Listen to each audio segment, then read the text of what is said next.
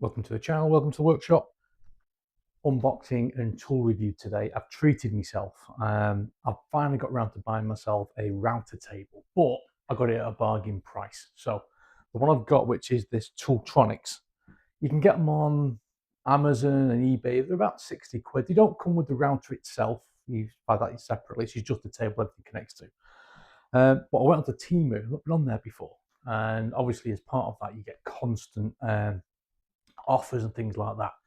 So on Amazon it's about 60 quid. On TEMU it was initially up for 52, but then it's massively discounted down with vouchers that they give you.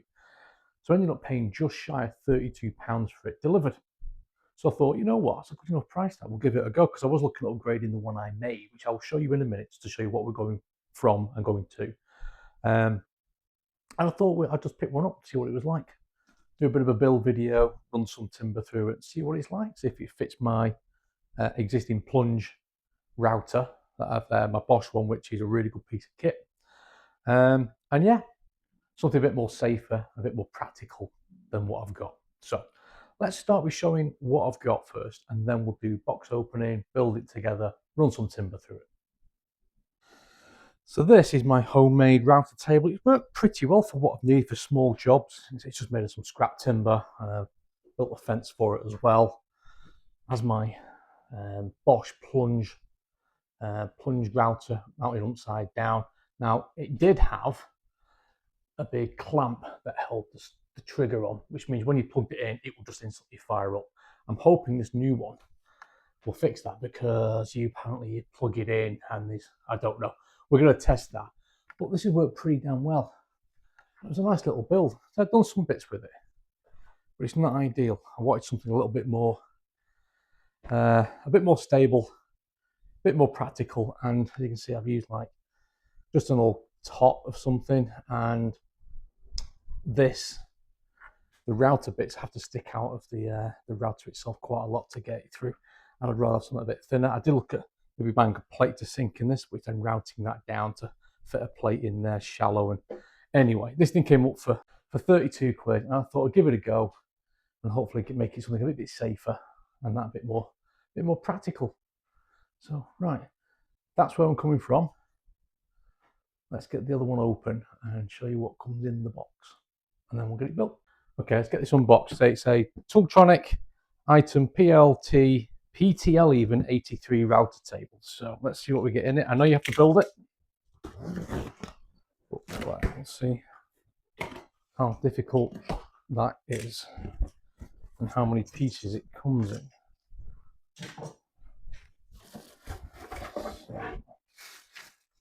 Bag of bits. Move this back. Bag of bits. Legs by the looks of it. Nuts and bolts. More nuts and bolts. Ooh, the router table itself looks alright, doesn't it? Let's put that down there. Instructions and some adjuster things. I'm assuming that's for the hole in the middle. Oops, more bolts, more bits. That's plastic. That's metal, feet are metal. And the power socket, and a few more nuts and bolts. Right, let's I think I'll do a time lapse of me putting it together. It's going to take, I can see it taking about an hour or thereabouts, and then when it's done together, we'll do a run round. Did you know what? We'll do a run round, and then we'll get some timber and have a play.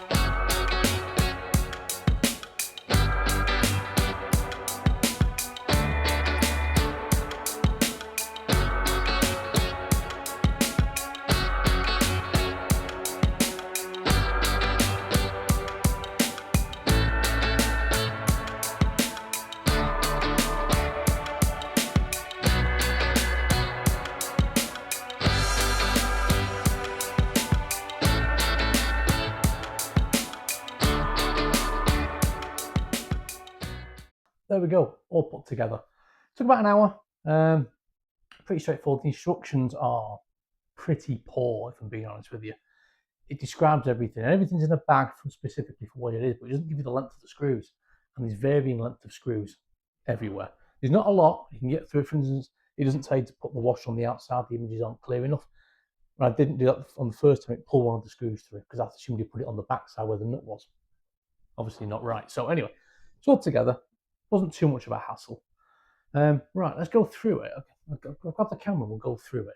Now, the only problem I've had, I think I'm going to have, is the reason why I wanted it was because my router would sit closer to the top plate. Now, underneath there's a circular cutout, like a shape underneath it, which I think a router's meant to sit in, and then you screw it into that. My Bosch router is a little bit bigger than that, so it won't fit in. So it's sat perfectly on top of it, so you can align it, and it is securely in there with the catch, catch angles, like this long slot in them, and the other turns up so you can catch into what you'd put a guide on the top of the router. So it's clicked in there. It's all secure. It's not a problem, but it means that there's no real improvement over the issue I was having with my router table, in which I have to set the bit slightly out of the router housing. It isn't great. I've never had a problem with it. I just was hoping it would solve that problem. So that's more probably because the router I'm using. If I'd use a mini router, which I do have, I might even refit that into it. This won't be a problem. There's a massive big cutout there. This is about 10 mil thick aluminium. It'd be perfect. Right, let's grab the camera. We'll do a quick run around it because I've not fired it up yet. I've got one more thing I need to do before we do fire it up. But let me just talk around it. All right, so here we go. Just to give you an idea what I mean by that, there's I can't really see. You can just see it encroaching there. This sits on top of that rather than in this recess, but that's not a big issue. That then plugs into this. So you've got an on-off out the front, which is going to help me for something I'll go through in a minute. Right. So all this is aluminium. So the legs. This though is plastic, and I might end up making something more for this, but we'll see how we get on. It comes with various collets for this to recess into that. It comes with an angle gun, an angle cut. I never use that. And it comes with one of these. The idea being you'd screw it into there, but I can't because I'm not sure if you can see through the screw holes. The two branches that hold the two pieces that actually hold the router in are covering those, so I can't put that one in. It has these two again to make sure the wood doesn't pop up. Again, I don't know if I'll ever use these, but we'll see. And there's another feature in which if you unscrew this, you can then pop out a section there in case you're dropping down a piece of wood, so you can still balance it either side, which I think is quite useful. I wasn't expecting. Right, so let's have a look. On the back, you've got dust extraction. You've got these, so you can adjust this, but it'd be nice if there'd been something inlaid into these, so this was always square. Moving back and forward again, something that's not a massive issue, because a router is what a router is, isn't it? It's just it doesn't matter what angle you hit it at, it should cut relatively smoothly. So there is this, so quite a lot of slop in that. So you'd have to line it up with the lines on the plate and then tighten these up. So yeah, this is the only bit I'm not convinced about, is the fence. But we'll see. It has a safety feature, so obviously that pushes back in, so the router blade is never, router bit's never exposed. Most of the router bits I use are the ones with the ball bearing on the top. So again, I don't really need to follow a fence to do most of what I need to do. So again, it's not real big loss. It was more the wanting something more substantial. Right. Something I do want to show you, get these out of the way, is how flat this thing is. Obviously, I've got these wings mounted on the side. I'm going to set the camera up. I'm going to get a straight edge. Okay, just grab the straight edge to go across, and it's not the best, really. whether you're not able to bend these down a little bit to get it a bit better. Now it is moving a bit. Well, that's much better than it was, but this side's too low now. So I know I'm not going to cut in massive amounts of stuff. That one. This side seems okay now. This side's a little bit low as you run off there. So you ain't going to be doing expert work on this. But then again, mostly what you'll be doing is going to be probably on this kind of table. It's going to be smaller stuff that's mainly going to fit on this. Now it's possible I might take these off. I'm not sure yet, purely because of the space it needs to go and hide away in. It may not be practical to have these extra bits on, and this kind of table's more than enough than what I need. Okay, we have one more thing I do need to fix before we can use this, and that is to keep the thing switched on. Now this is a plunge router, which means it has effectively a dead man's handle on it, which means I'll show you. Which means to use it, you have to push the button in, then you can press that, and it will fire up.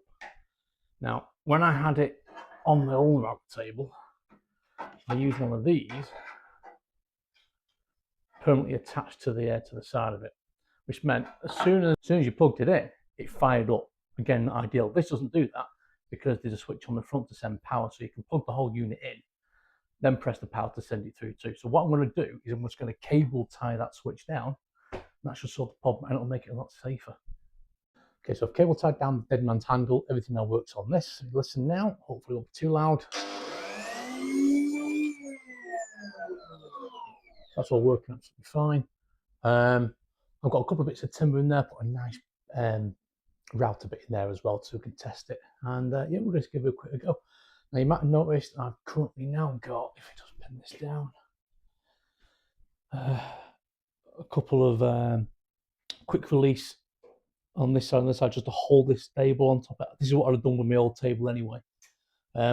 More just keep it stable on top of this workbench as I'm pushing through.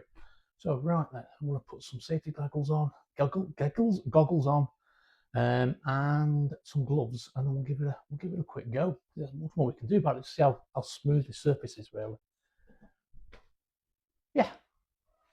Oh, one more thing, I've actually hooked up my shop vac to the back of a dust extraction. It's going to get very noisy in it. So when I fire this thing up, I will mute the video because it's going to get noisy having the shop vac going and the router table going. So I'll put some music over the top. Right, let's give this a go.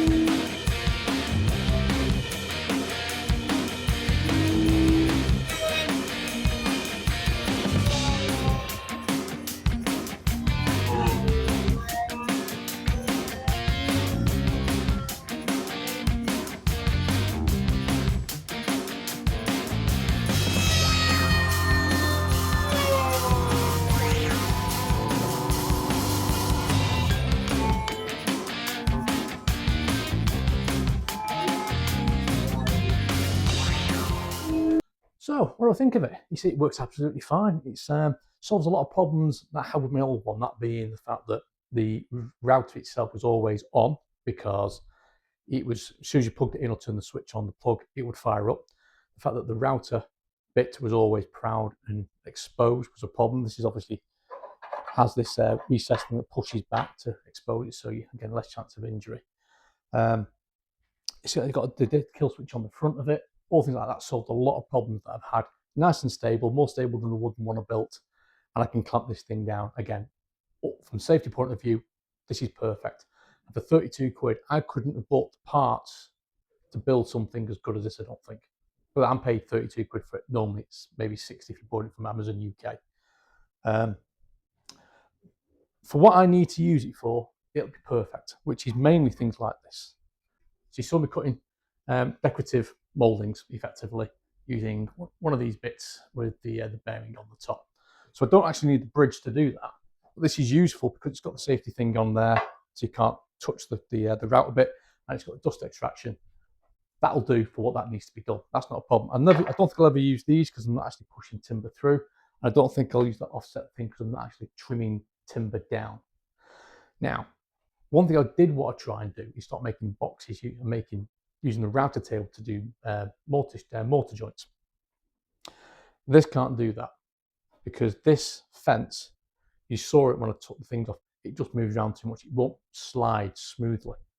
Now there are recesses in here which I may be able to use to make something that will do that. But that's the same situation I've got on my other one, in which I have, if I can just find it quickly, in which I built my own sliding bridge, which I could probably do this side and slide in that way, if you know what I mean, rather than across. The only downside on this is the fact that the cable to turn it on is only,